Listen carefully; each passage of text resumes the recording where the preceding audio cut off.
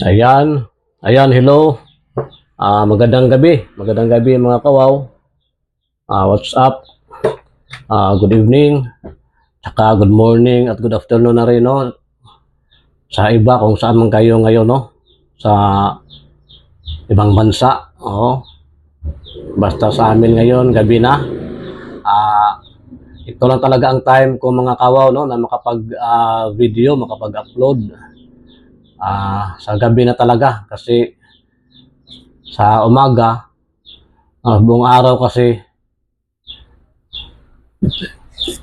ikot ng ikot lang tayo, no? Naghahanap ng kung ano-ano. Ayan mga kawaw. Ito ngayon mga kawaw, may ipapakita na naman ako sa inyo mga kawaw. Nakuha ito sa kuweba, no? Ano pala mga kawaw, kung napapansin nyo, wala na akong video ngayon lately, no? Na mismo doon sa area na pinagkuna namin, no, ngayon kasi nga medyo delikado rin ang lugar. So hindi kami pag nagpunta kami doon, hindi kami magdala ng cellphone kasi nga nangyari na sa amin, no? May ibang actually sa ibang grupo naman, pero nag-iingat na lang din kami. Yung area kasi na pinuntahan namin palagi, may yung mga tinatawag din na mga bandido o ano bang tawag yan mga kawaw. Siguro hindi naman din matatawag na talagang bandido, no? Kasi wala namang problema, hindi naman kami inaano, pero kung parte lang sa mga bagay, no? Pag may nakikita sila na parang mapapakinabangan nila mga kawaw, talagang kinukuha nila or talagang hindi ka makauwi na hindi talaga nila makuha, no? Yung gusto nila. Kaya pati nga cellphone namin, hindi lang kami magdala para pagpunta namin sa area, kami na lang kung ano-ano na lang ang gawin namin, wala namang problema. Kasi nga mga mababait naman, pero pag-interesan lang nila pag may mga bagay na magustuhan sila. Kaya umiiwas na lang kami, no? Pero dati nakikita nyo naman lahat ng mga lakad namin, kung makikita nyo sa mga ibang videos, no? Kikita nyo naman na pag naghunting kami, pinakita ko talaga. Ngayon lang lately, no? Kasi umiiwas kami. Baka lalo na ngayon, wala pa tayo masyadong gamit, tapos maiwan pa doon sa kanila. So mahirap na. Siguro pag ibang lugar ang napuntahan namin, pag medyo safe, ay papakita ko na naman sa inyo yung paghahunting namin. Ito ngayon mga kawaw, ikwento ko muna ito sa inyo ngayon. Actually, may iba pang mga bagay, no, hindi ko lang isa-isa pagpakita hindi ko lang pakita lahat muna sa inyo. Kasi para yung iba, kailangan ko pang linisin din, no? Kasi napakarumi. Ito na maliliit muna na bagay, ito muna ipapakita ko sa inyo para may maipakita pa rin ako sa inyo sa sunod, no? Ano ito mga kawaw? May nagbigay ng info lang sa amin sa tabi ng ilog, no? Tabing ilog, tapos kumbaga sa Pampang, may nabuwal na kahoy, isang punong kahoy. Tapos pagka buwal ng kahoy, may butas, yung parang kuweba. Yun pala, nung tiningnan namin,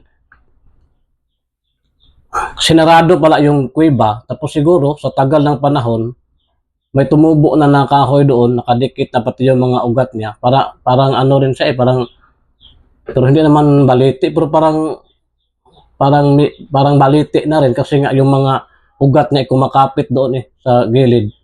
Tapos nung nabuwal yung kahoy, nasama yung takip ng kuweba. Kaya yun ang pinasok namin. May nakita kaming mga ibang bagay din, no? Akala nga namin baka may ginto na sa loob, pero wala naman.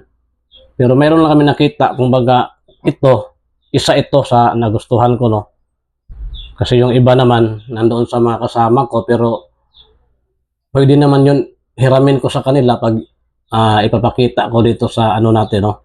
Sa mga videos, okay lang naman din. Pero ito talaga ang hiningi ko sa grupo kasi mahilig nga ako collection. Isang Bell mga kawaw. Na, ayan oh. Kung nakikita nyo, ilapit ko pa ha. Nakikita nyo talaga mga kawaw. Yan, tingnan nyo ang disenyo niya oh. Parang sa sinaunang panahon talaga oh. Parang antique ba oh. Ayan oh. Oh, wala naman tayong makita ng ganito. Tapos mabigat din sa mga kawaw. Ayan sa loob pala nito mga kawaw, may ano ito. Hindi lang makikita. Tingnan nyo. May nakaano doon sa ilalim. May parang nakaano dito na yung bilog. Pero natanggal. No? Nung kinuha nung kaibigan ko, nung kasama ko, natanggal siya. Pero ano lang yun, parang bilog na parang kulay itim. Pero nagtaka lang ako mga kawaw, kasi hindi naman ito tutunog. Bakit may parang itim sa ilalim? O i-ano ko sa inyo ha, na hindi ito tutunog. Yan o. Wala hindi naman sa tutunog ng ano. May kunti lang no, pero hindi naman talaga tunog na malakas oh.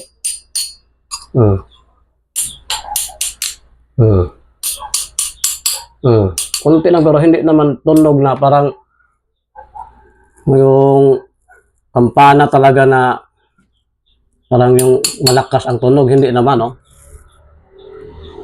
Ayan oh. Kaya gustuhan ko na ito pang display. Tapos itong isa mga kawaw, napakita ko na rin sa inyo, baka may alam kayo nito. Diba maganda rin oh.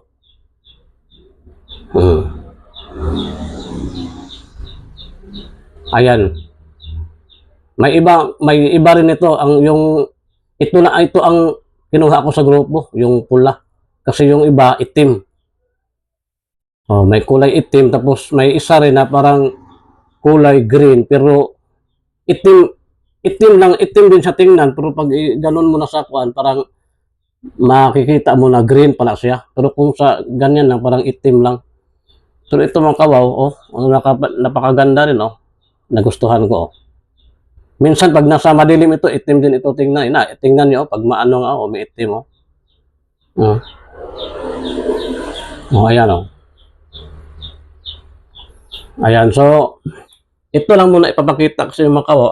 Basta yung sinasabi ko na sa inyo, lahat ng matatagpuan namin, ipapakita ko sa inyo no. Kaya ang hinihingi ko lang sa inyo lalo na sa mga bago pa lang nakakita ng mga videos ko no sa channel na ito, maliit ko pang channel, kahit subscribe lang, mag-subscribe lang kayo mga kawaw. Yun lang ang tulong na hingin ko sa inyo. Tapos ano nga pala, yung mga basher no, nagbabash wala sa akin no, yung iba. Klaro ko lang kasi marami nang sasabi na nagbubudol daw ako no. Nambudol daw ako. Hindi naman ako, wala naman akong record na humingi kahit piso. O sino man yan. Ngayon, nanawagan ko kung sino man yung binudol ko kahit piso.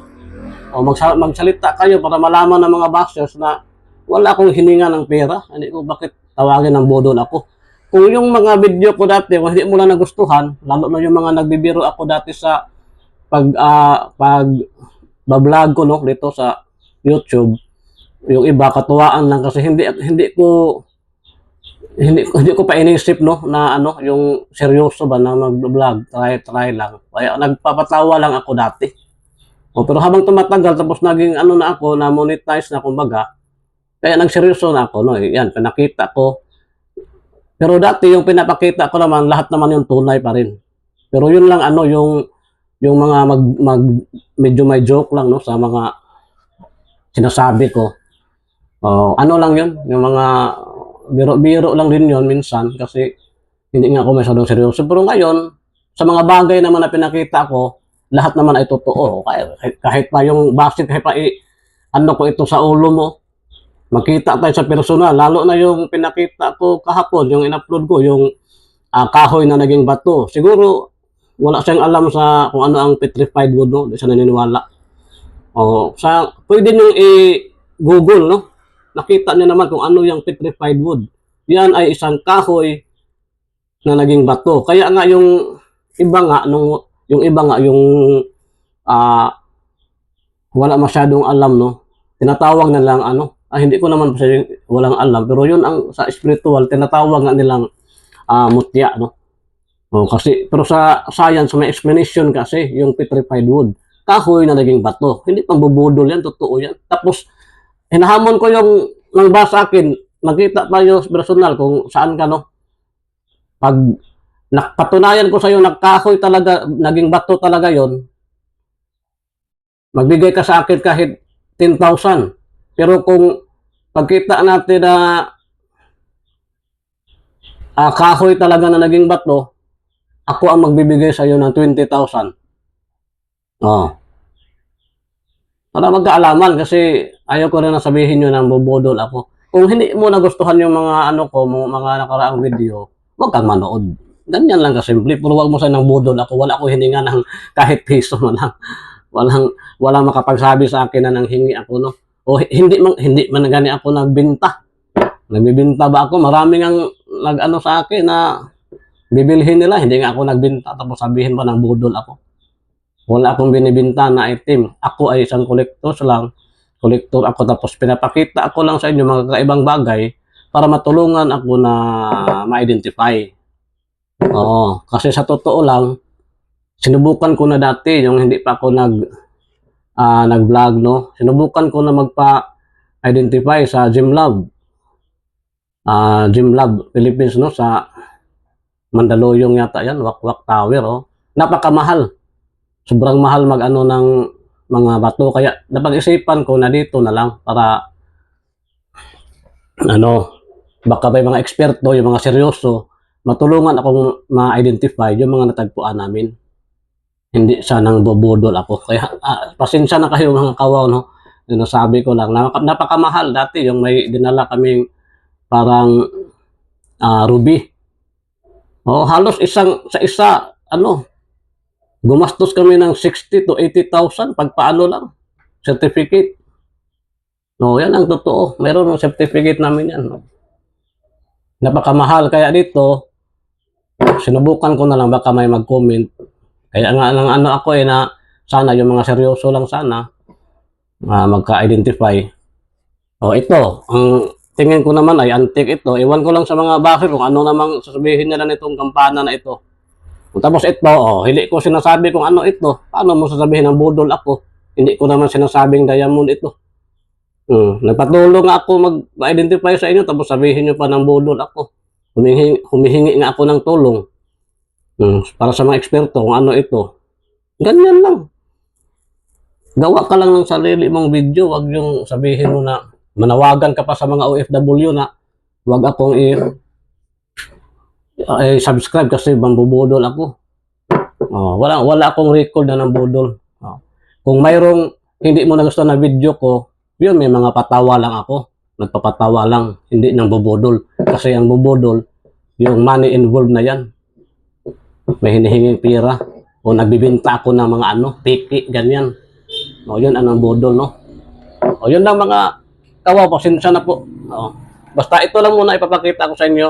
Isang lumang maliit na kampana at saka itong bilog na hindi ko alam nga kung ano ito. Yan, sa kuweba. Thank you so much. Paki-subscribe na mga kawaw. Thank you. God bless.